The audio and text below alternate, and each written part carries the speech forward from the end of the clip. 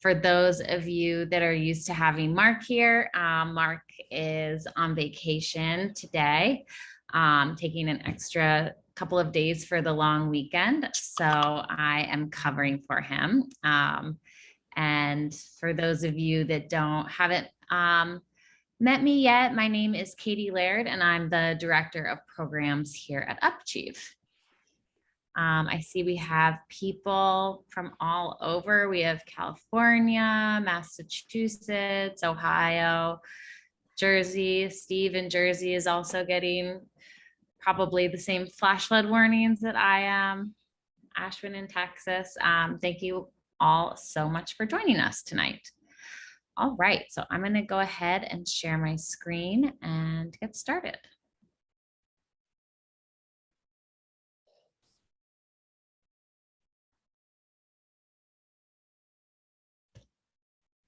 Okay, so welcome everyone.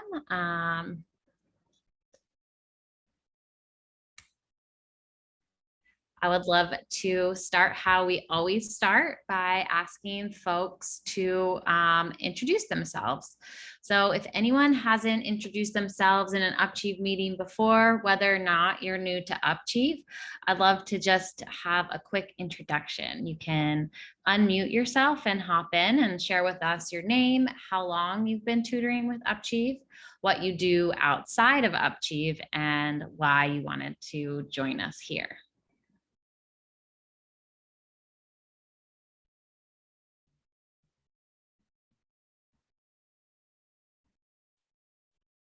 Any brave volunteers to get started? I can go. So my name is Rehab McCawy. I have been in UpAchieve for it was like summer vacation, so I haven't yet had experience.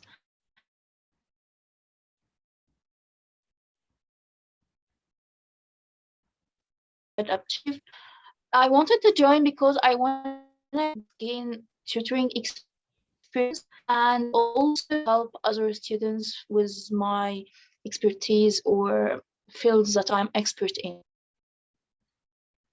Thank you. Thanks. That was a little bit broken up, but maybe you can share in the chat too, for anyone who couldn't hear everything. Anyone else want to introduce themselves? Sure, I'll try.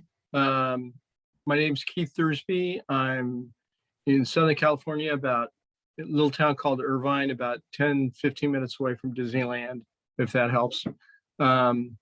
I retired just before the pandemic started. I was a journalist with ESPN and the LA Times, and I picked UpAchieve because the stuff I was volunteering at when the pandemic started, I couldn't do anymore. So I looked for something I could do from home. So looking forward to helping.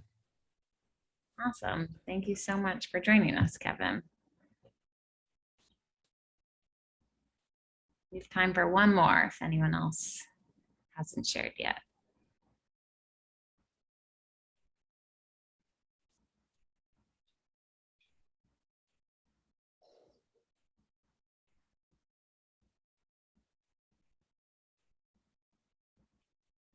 Okay.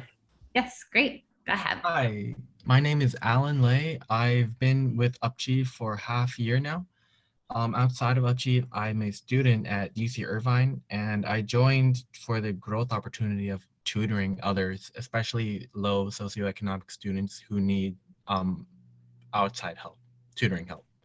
That's my primary demographic, which UpAchieve serves. Yeah, thank you. Wonderful. So happy to have you, Alan.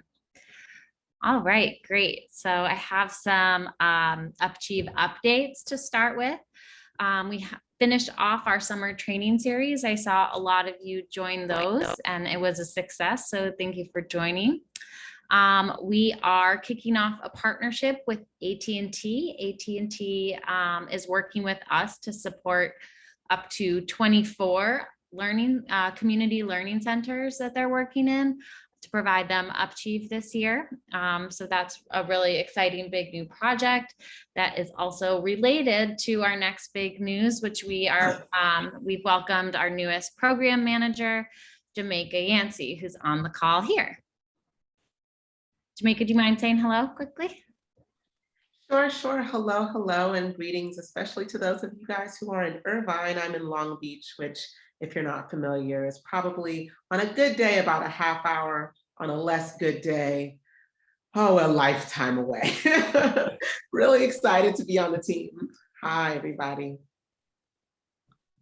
Thanks, Jamaica. And great question, Gia. I'm really happy you asked. The trainings were recorded. I will share the link in the chat at the end of the session here. Or if you ever got an email about the session or saw it in Slack, it's all on the same page. You can access the recording exactly where you registered. Great, so some updates for our usage. We had 277 new students in August and 87 new tutors. We did 1,990 sessions with our average wait time of 5 minutes and average session length of 30 minutes. We can see our total sessions are continuing to grow as our total students. We're just getting close to that 10,000 mark, which is really exciting. As always, we get a ton of positive student feedback. So these are some of the highlights from the past month. We had, oops,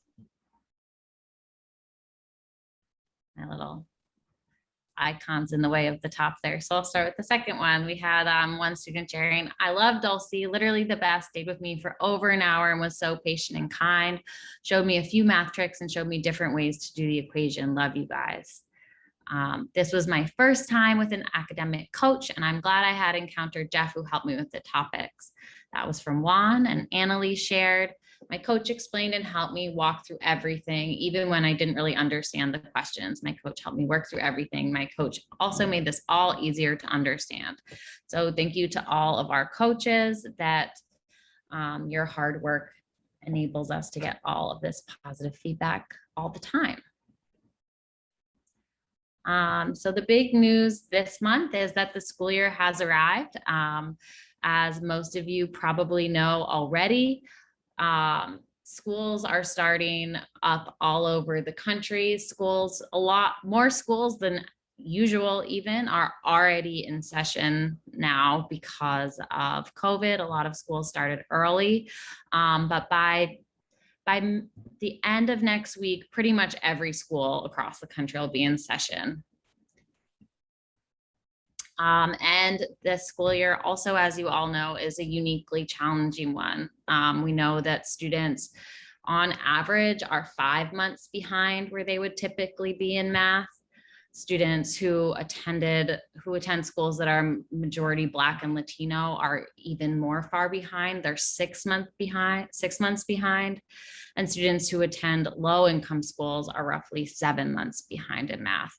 So we have a really big challenge in front of us as educators this school year, and an even larger challenge for those of us who are serving students that are underrepresented. Well, let me ask you a question. Sure. The ones who are 5, 6, 7 months behind, what are they doing? Are they just going into the class that they would ordinarily be taking and they're just not doing well? Are they repeating classes, or what are they doing? It really is varying across the country what approach schools are taking. Most schools are just promoting students into the next grade level and then leaving it up to teachers and other programs to deal with the fallout. So, you know, one of the things that teachers are really challenged with even more than usual this year is that students are at an extremely wide range of levels. Tutoring is honestly one of the biggest tactics that schools are using to help students catch up. But yeah, as far as I know, most schools are promoting students to the next grade level regardless. But that leads us all to that students are back on Upchieve. So you can see this is a chart just showing the number of sessions through July. So many of you have noticed over the summer, your phones were quiet, your Upchieve dashboards were quiet, and that's about to change in a really big way. So we've seen this kind of growth this week, and we expect it to just keep going up and up. So our students need your help to tackle this challenging year. We also did our first, or actually not our first, but we did an impact survey with our students. So for the survey, we asked all the students who had 10 or more sessions last school year to respond to some questions. We had 99 students respond, and the good news is that they are really learning from Upchieve. So 97% of these students that had 10 or more sessions last school year agreed that Upchieve helped improve their grades. 93% agreed that Upchieve helped them achieve their academic goals. And 90% agreed that as a result of Upchieve, they're more likely to ask for help when they need it. Oops, I missed one. There we go. And they also love you as coaches. So 98% of them agreed that their coaches explained things to them in a way they could understand. And 82% said that their coaches pushed them to learn new things, which I think is really stats that we should all be proud of. And we just owe so much of this positive impact that we're having on students to you all. It's also a good time to, I think, reflect on that these are all students that had 10 plus sessions. So we can see that students who have more sessions really do have a bigger impact. So we always want to encourage students to come back and to have as many sessions as possible.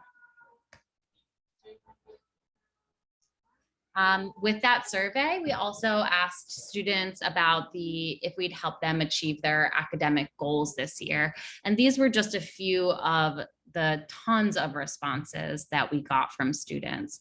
So a few highlights was this first one here. I managed to get perfect grades my first year of college as a first generation Latinx student, a surreal feeling, and Upchieve helped me do this.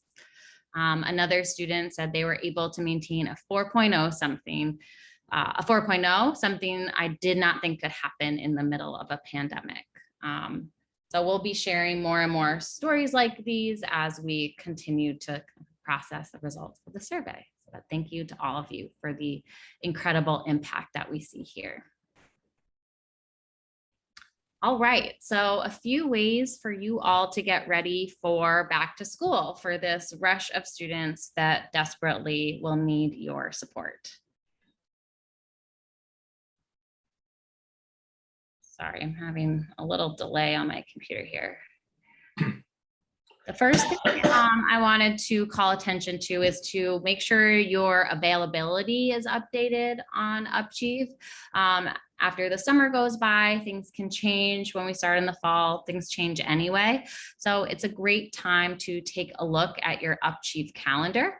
If you haven't looked at your Upchieve calendar in a while, you can find it by going to your dashboard and clicking schedule on the left-hand side.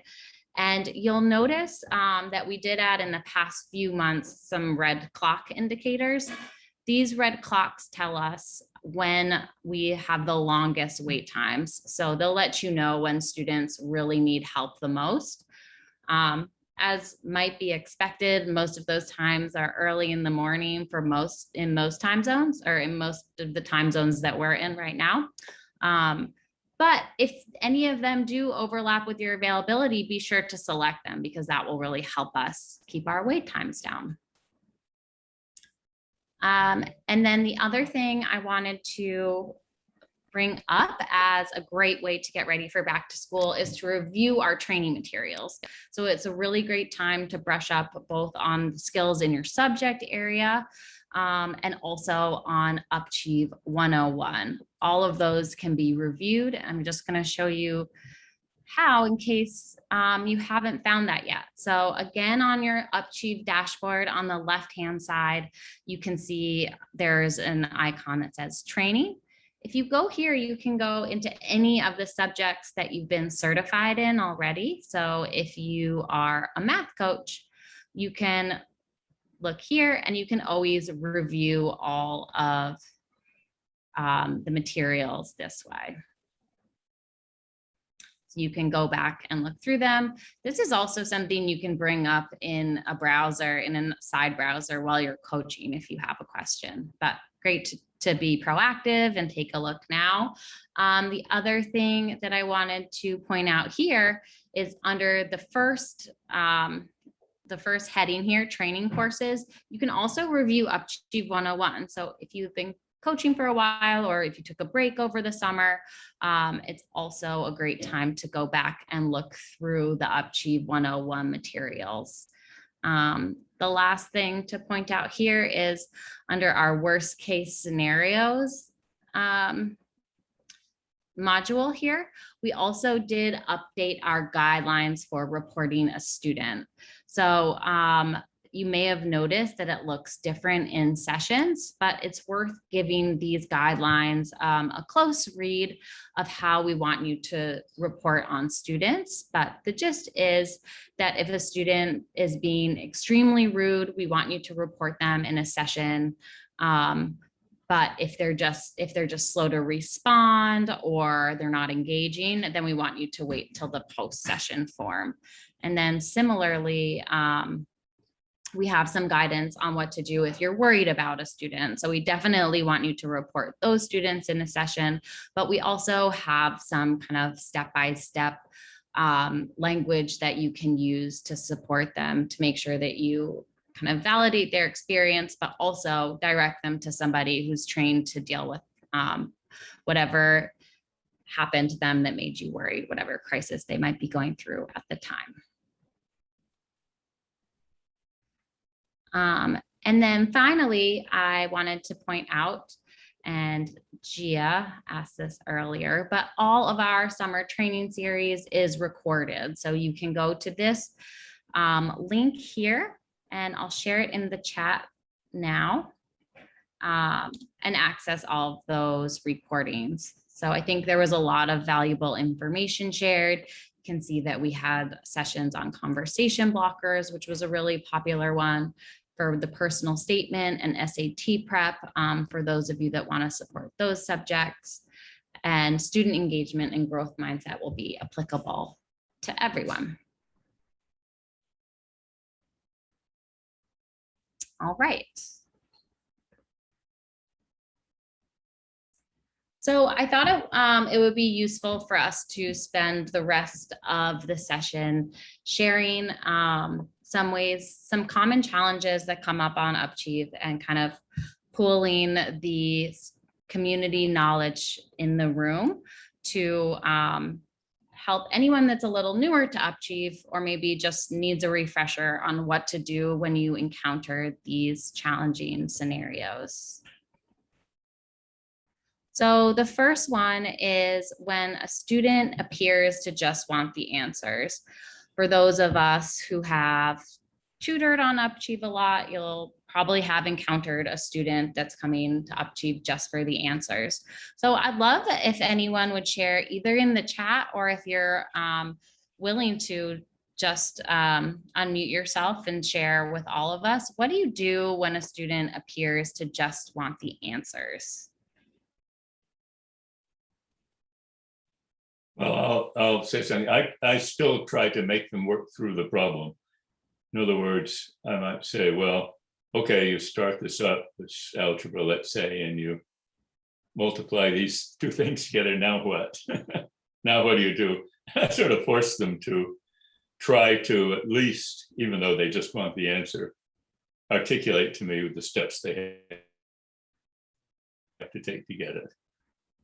Great. But I make them at least multiply 3 times n plus 4 and actually do it, so on and so forth. And I think they learn something in the process. That's a great approach. Yeah, I also on a similar vein, I try to break it down into smaller parts and just ask like small questions like, hey, let's work through it. What's this small part of the question? Just to kind of keep them engaged. Because yeah, it can be a big ask, like, if there's like this giant question, hey, solve it for me. But like, maybe kind of walk them through it, like, give them like prompt them back with just very small things. Usually that'll help them kind of engage in the lesson almost automatically. Yeah, that's really great advice, Jordan. So chunking the problem into something small or achievable, something that the student might actually be able to tackle. Anyone else have thoughts they want to share for what they do when the student appears to just want the answer?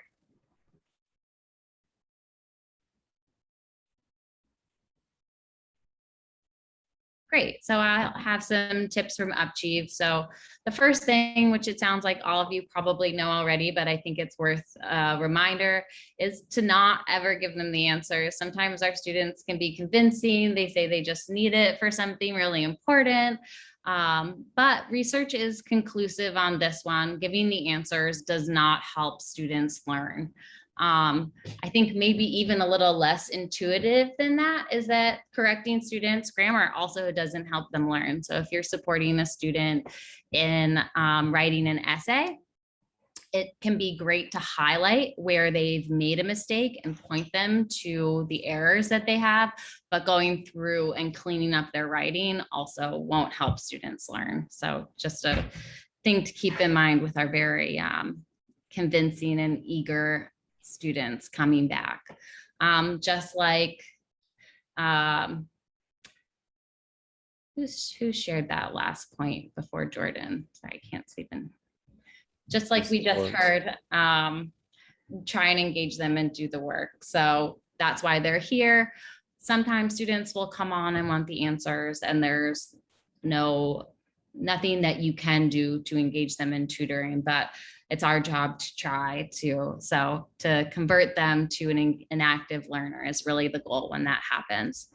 And then the final point is to believe in them and encourage them. So I think one thing that's really good to keep in mind is that each Upchieve session is just a part of the student's Upchieve journey that you get to see. So even if the student isn't convinced by whatever engaging tactics you're trying in this session, that if you leave them with a really positive, encouraging message that you think they can do it, if they've done something well, you point it out, that will be the best thing to convince them to come back and try again.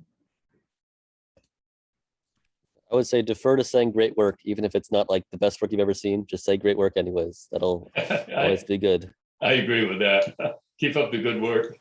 Yes. Sort of cross your fingers a little when you say it, but no, they really like it. They really like it. I was just reading something that I thought was helpful. It said, if a student says, I can't do that, you can change it to, maybe you can't do that yet. Yeah. And that gives the feeling that with work you can do it. And I thought that was a great suggestion. Yeah, I love that, George. That's a great growth mindset tip, is to basically add the word on yet whenever you can. It's always that you can't do it, but I can't do it yet. And that's a really great point. Steven's sharing that once in a while I get a student that says I have an hour to turn in this homework. Then I ask, which question would you like to start with? Yeah, that's great. So anything where you can focus a student down to something achievable is great. And you won't be able to do exactly what the student wants in every session. So it's our job as the educators to kind of realign what might be reasonable to achieve in the time that you have here. So this one is probably not entirely different, but the student doesn't want to participate. Does anyone have anything different to add for when the student doesn't want to participate?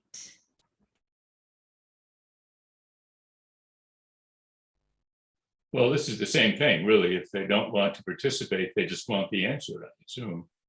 And why else would they be on and not wanting to participate? It's the same question, isn't it? Or is there some other subtlety I'm missing here? Yeah, no, you're right. It can often be the same question, the same students that don't want to participate, that don't want the answers.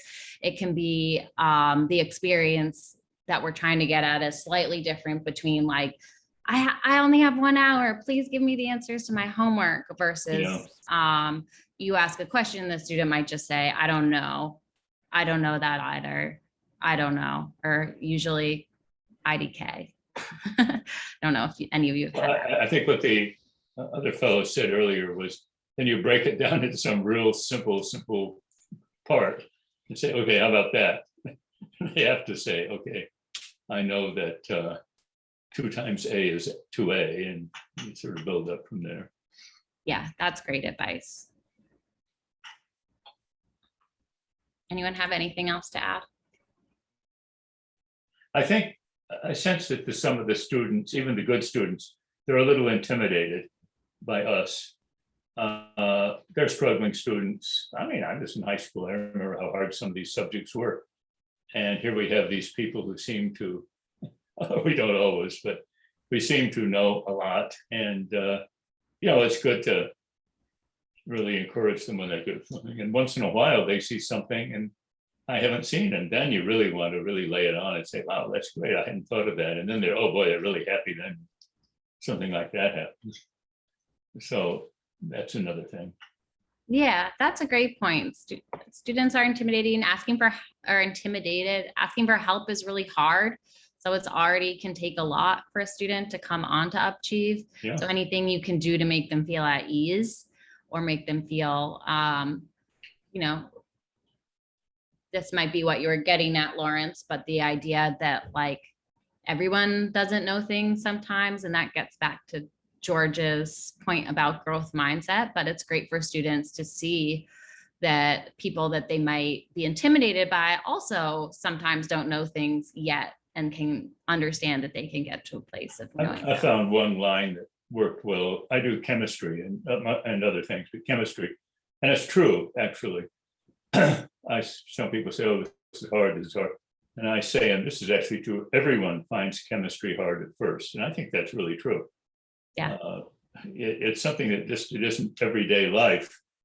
Atoms and electrons, everybody finds it difficult at first, and I say that, so don't feel so bad. Yeah. That works. I think that helps too. That's great. George is making the point that there's no question so simple that a student can't say, I don't know. And that's true. So I think it's also on coaches to know that that's okay if you don't get the student to engage exactly as your goal is each time. So super similar to what all of you were suggesting here, but asking probing questions is a good one. Chunking the task to make it more manageable. So that's what we heard a lot. So yeah. If I could just insert, I want to be just discard what's on the board. I think it could be very helpful. But even if a student's really unresponsive, to even ask the most basic, if they haven't responded for 4 minutes, just like, hey, can you see what's on the board?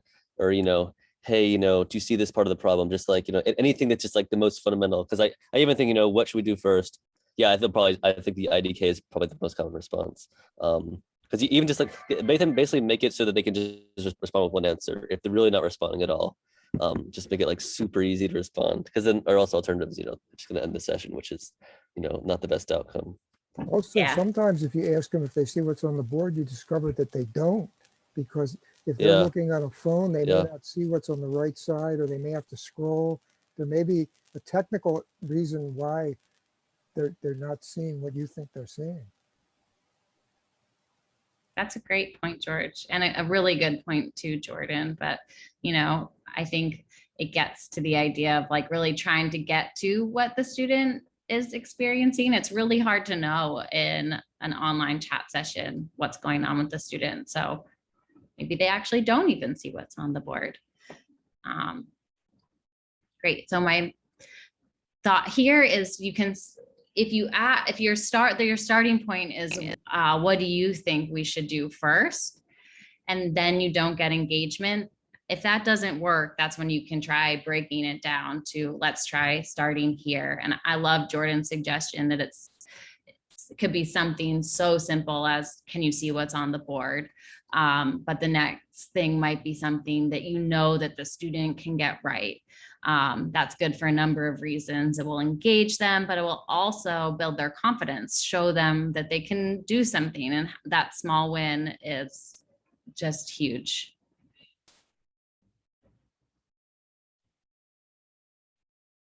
Oops.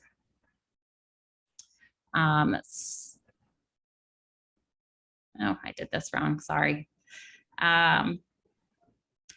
So the student is missing foundational skills. Once again, these are all connected, but I guess I'll just start with my suggestions and we can see if anyone can chime in because they're all on the board here. So similarly, small wins are really a big deal for student confidence. So I think, you know, you saw the COVID stats that I shared at the beginning of the meeting. A lot of students are gonna be missing foundational skills, and that can be extremely hard to catch up on just because of the knowledge, but it's also really dispiriting. So one of the biggest things is keeping students encouraged, confident, and keeping their growth mindset up, that they'll be able to actually tackle this incredible challenge in front of them. So small wins are a huge deal for that kind of confidence building. And then I think there's also this process of reframing what success means for the session. So the student might have this problem, this really difficult problem they want to solve, and you know that you've discovered that they don't have the skills to solve it. So there are two approaches that I think are really valid. One is that shortcuts are okay sometimes, like if there's a calculator way to solve this problem where you can avoid that foundational skill in the moment, generally there's no reason to not do that. And then this is kind of going back to the reframing what success means, that if you are able to tackle one really foundational skill that will help them get to solving the problem, the student might not leave the session feeling like they did exactly what they came for, but you should know it's a huge win, and you should share with the student that they did something really incredible, because going back and kind of recovering a foundational skill is a really big deal. Anything else anyone wanted to share on the student missing foundational skills?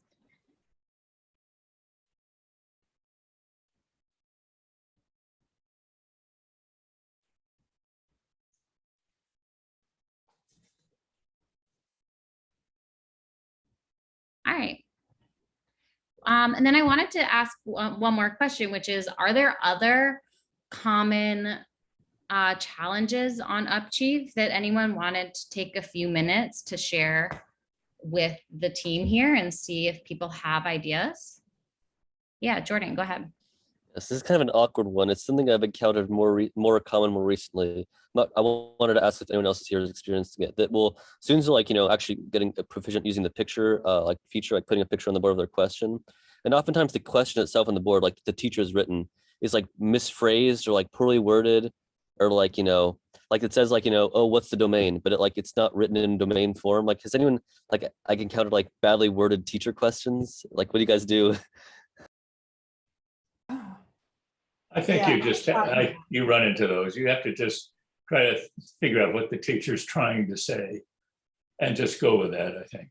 You're right. I've seen a few where the question is, if you took it really literally, you get some crazy answer, but you have to assume that they're not looking for some very refined answer. They're just, the teacher was sloppy. So you have to sort of just try to estimate what the teacher really meant and go with that, I think. Yeah, that's what I've been doing. What, Beth, we're going to say something?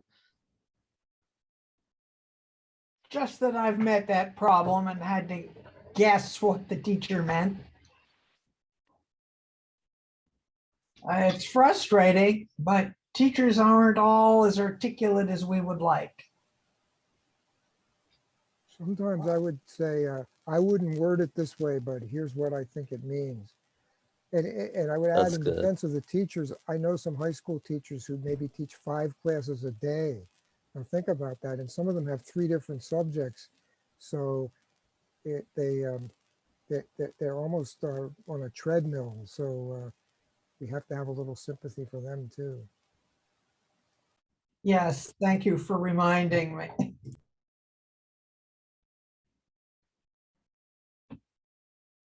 Yeah, I think this advice is good. If you can make out what the teacher is trying to get at, I don't think we need to dwell on that it's not perfect.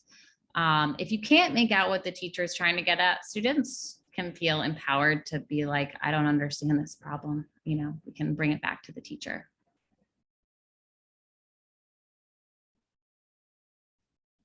Any other challenges that anyone that wanted to open up to the team, see if they'd encountered them as well? Well, there's one thing that happens from time to time that it's not this really, but it's annoying. Everybody's had it, I'm sure. Is you're rolling along with a student and then they just suddenly disappear. They just stop. Sometimes they end the session. I've had it more often. They don't end the session. I don't know where they go, but it's just that they're gone. And I don't think it's always that they have a bad internet connection. I think sometimes they just stop. And I think that when you talk to the students, I think it's not a bad idea to tell them really that if you want to end a session, just say so. You can always tell a white lie, I have to go do something else now, goodbye, and so on, rather than just leave the coach hanging. It happens once in a while. It's pretty annoying, really. Especially sometimes when the session seems to be going well. And I have a sense sometimes students, once they understand how to solve the problems, they just, start doing it and ignore the teacher as ancient history or something, the tutor. But it's not a bad idea to tell them that's really not good. That's not good manners. Okay. Yeah, we definitely communicate that to students, but we can look into how we can do it more. But yeah, as a coach, I think it's better to just, we can never assume what's happening for a given student. So we want to make sure that we keep it like giving them the benefit of the doubt when that happens. Yeah. Well, one thing I wanted to mention to the new tutors too, the most upsetting thing to me always is when I can't solve the problem. And it happens. Now you have physics, there's chemistry, there's gazillions of different types of problems you can get. And sometimes I forgot how to do it, to be perfectly honest. And I think it's, I try in the first instance to get a book out quickly and see if I can refresh it. But if you can't, you can't. And I just don't feel bad if you can't. That's all I'm trying to say. It's just, I quickly say to the student, I'm sorry, I can't help you. You better find another coach. I don't know how to do this. And it used to really upset me. Now it's much less so. It's, we're humans, and the thing about the student is they're working in a certain area, simple harmonic motion or something every day. Maybe a physics tutor hasn't looked at that in years, and they just sort of forgot how to do it. Simple enough. And there's nothing wrong with saying, I don't know how to do this.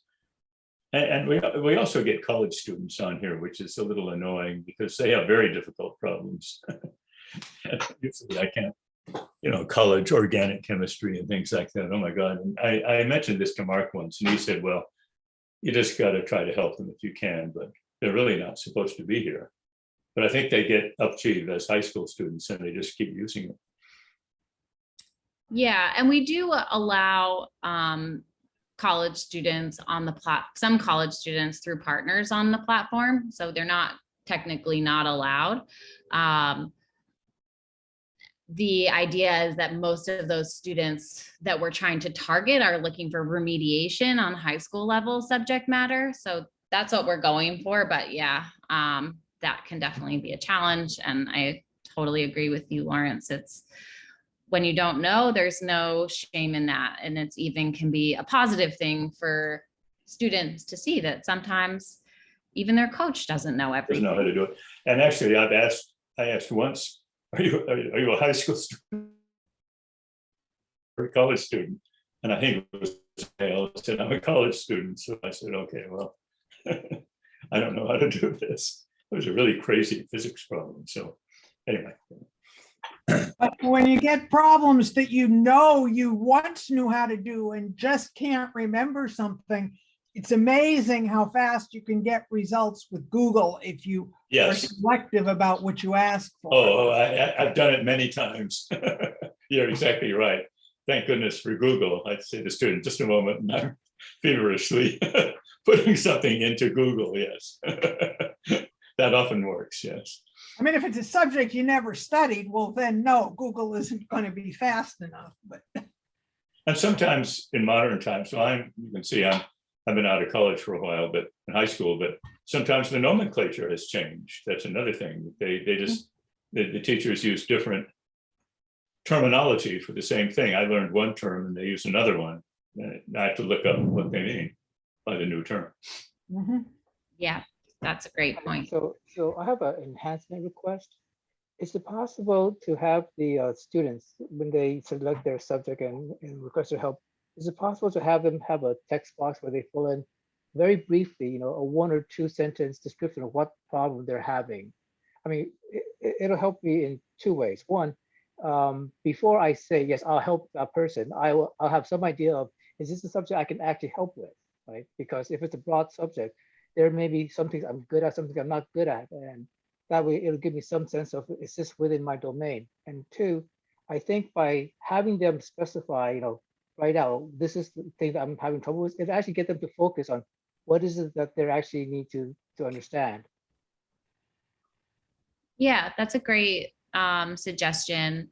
And one thing that we do, and we'll do in a little bit more intentionally, I guess, soon, is we ask students to share that information in the chat once they've joined the session. They don't always do it, but they often do. And that doesn't solve your problem about knowing ahead of time, but we are gonna do some research this coming school year about what information is the most important for us to share with tutors in a session, knowing that you all have a limited kind of time frame for getting caught up on students. So that's something that we're going to be looking into a lot more deeply this year. And I'll be calling on many of you or all of you probably to get your input when we start looking at that. I mean, what I want is I want the students to be able to say something, not just say, you know, I need help with calculus, but I need help with understanding limits. Get them to sort of drill down on what is that they don't understand so that they're more focused on it. Yeah, great. I have something to say real quick, Katie. So just adding to what George mentioned, if his suggestion where he was talking about how the student can write out like the concept of the subject that they need help with, if that could be added maybe underneath the waiting student section, maybe to the right of where it says wait time, that will give us a good like preview of like what we're going to be helping the student out with and what we're going to be kind of tutoring them on whenever the session starts. Great. Sounds like there's some general agreement that everybody wants to see that, or many people would like to have a section where they can see what in particular the student is looking for help on. So that's great to know. Thank you so much for sharing. Yep. Awesome. I'm gonna finish my last slide here and then we'll have more time for questions and input at the end. So one way that you can help us is just to note that our wait times have actually gone up. And so have our unmatched sessions. So we really want to do whatever we can to make that better. As you know, the wait times are extremely important because students, you know, they only have a limited capacity for waiting before they'll probably just lose interest and move on.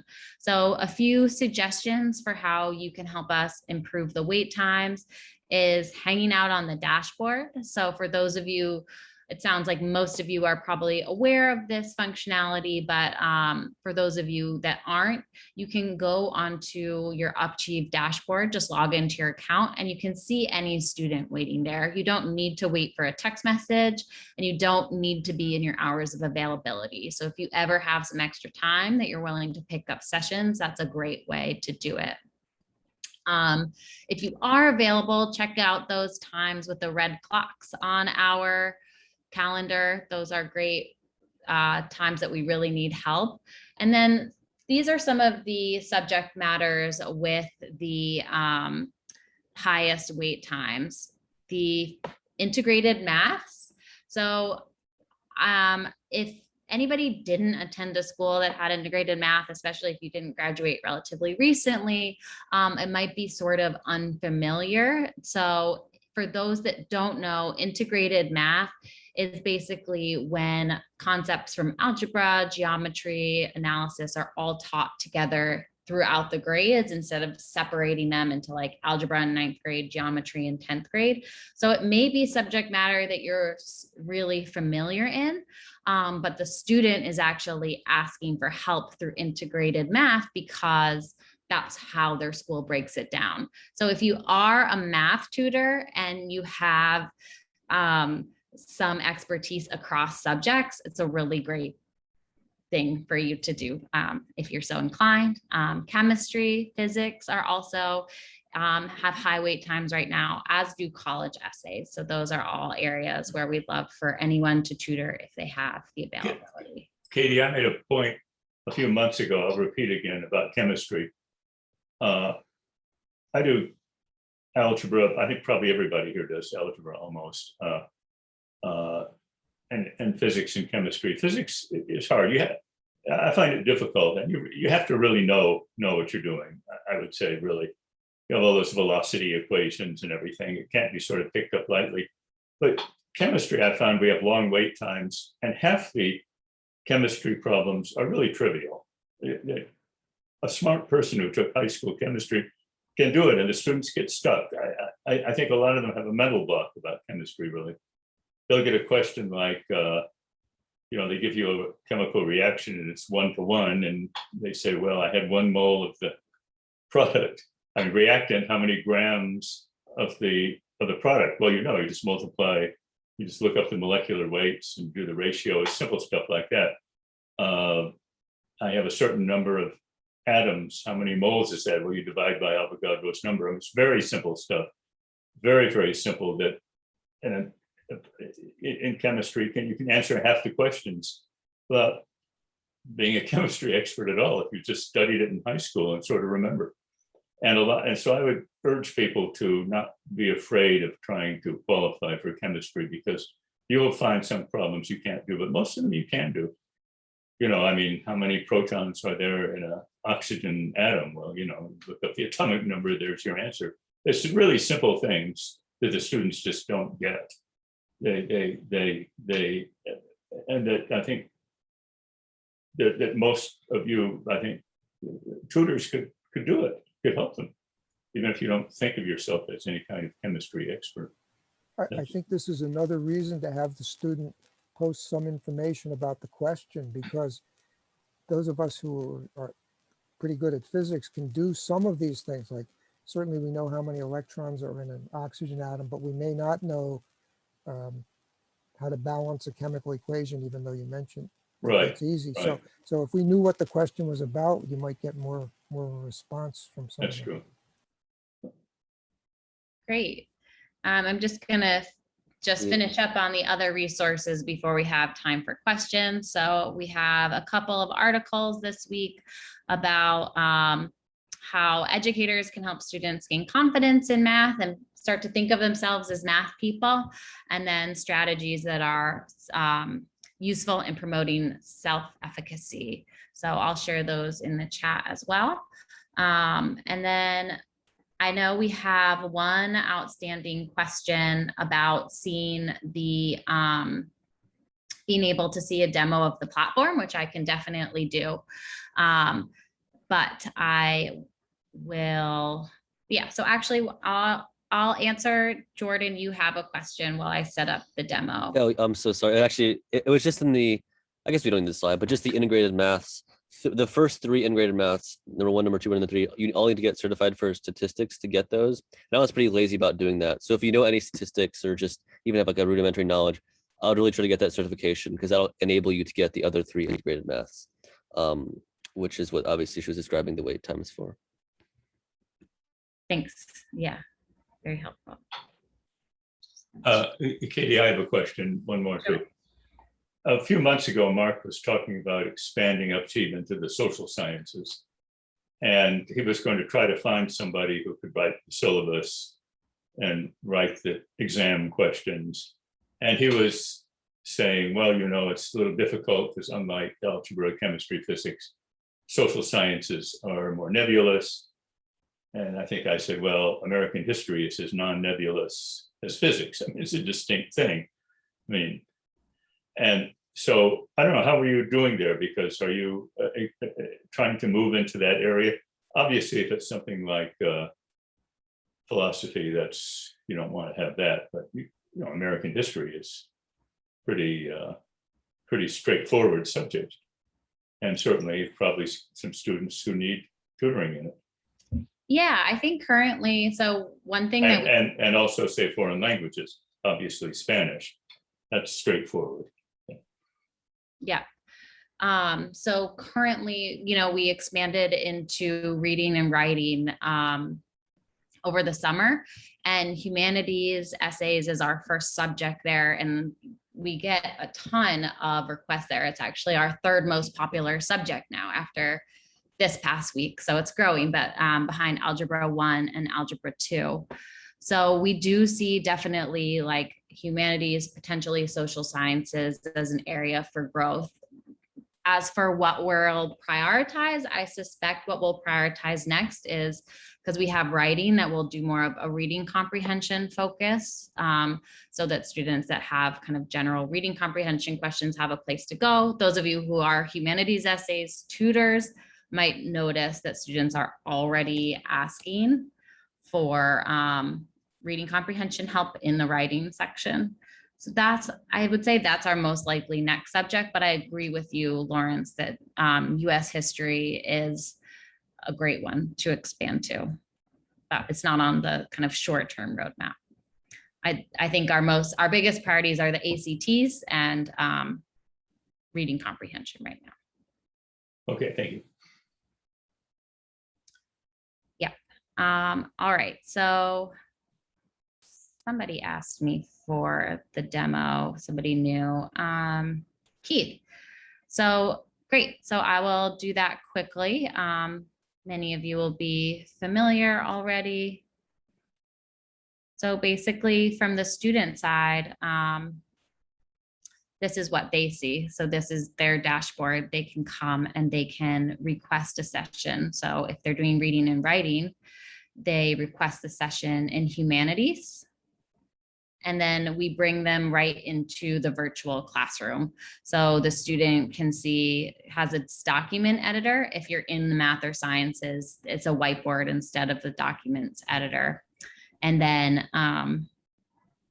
the chatbot is here on the side. So then I'm gonna stop sharing so I can show you the other side.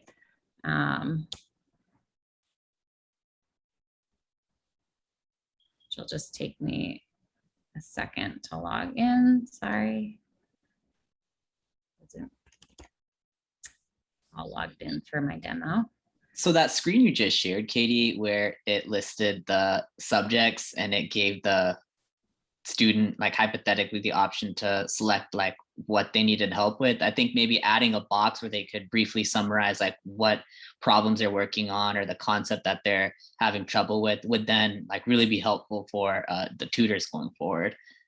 So certainly something that the development team can look into over the next few months or however long it might take to put in there. Yeah, absolutely. Something that we'll definitely be researching. So now I'm also in the volunteer side. I'll share with you there.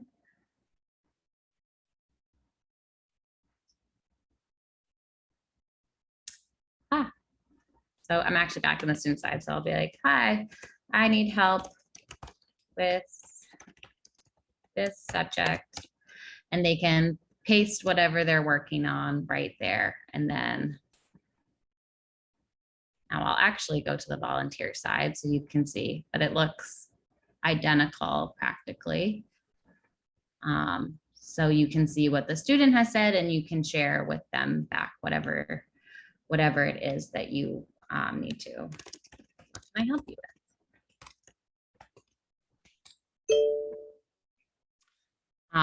The student will usually paste whatever they're working on right in the document, and you can make edits there. You can make highlights, anything like that.